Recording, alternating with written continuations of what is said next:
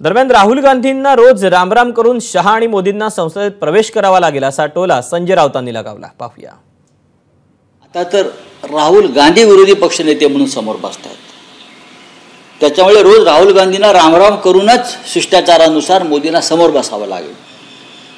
आणि संसदेचं अधिवेशन सुरू असताना मोदींना आता पळ काढता येणार नाही, कारण राहुल गांधी बसलेले आहेत। तर अटी शर्ती वगैरे काय नाही, म्हणलं ना, सुंब जळलेला आहे, पीळ कायम, तो पीळ सुद्धा उतरेल। होय, राहुल गांधींनी लोकसभेतलं विरोधी पक्षनेतेपद स्वीकारलं, ही देशाच्या दृष्टीनं, लोकशाहीच्या दृष्टीनं अत्यंत शुभ संकेत आहेत असं मी मानतो, आणि त्याबद्दल आम्ही सगळे राहुल गांधींचे आभारी आहोत।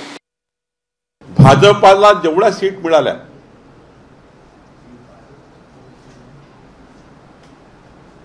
तेवढ्या सीट सर्व मिळून या लोकांना निवडून आणता आला नाही, त्यामुळे पळ काढायची गोष्ट त्यांनाच ती लागू आहे। भारतीय जनता पक्ष कधीच पळ काढत नाही। मोदीजी 5 वर्ष पूर्ण करतील, 23 कोटी लोकांनी मत दिलंय मोदीजींना।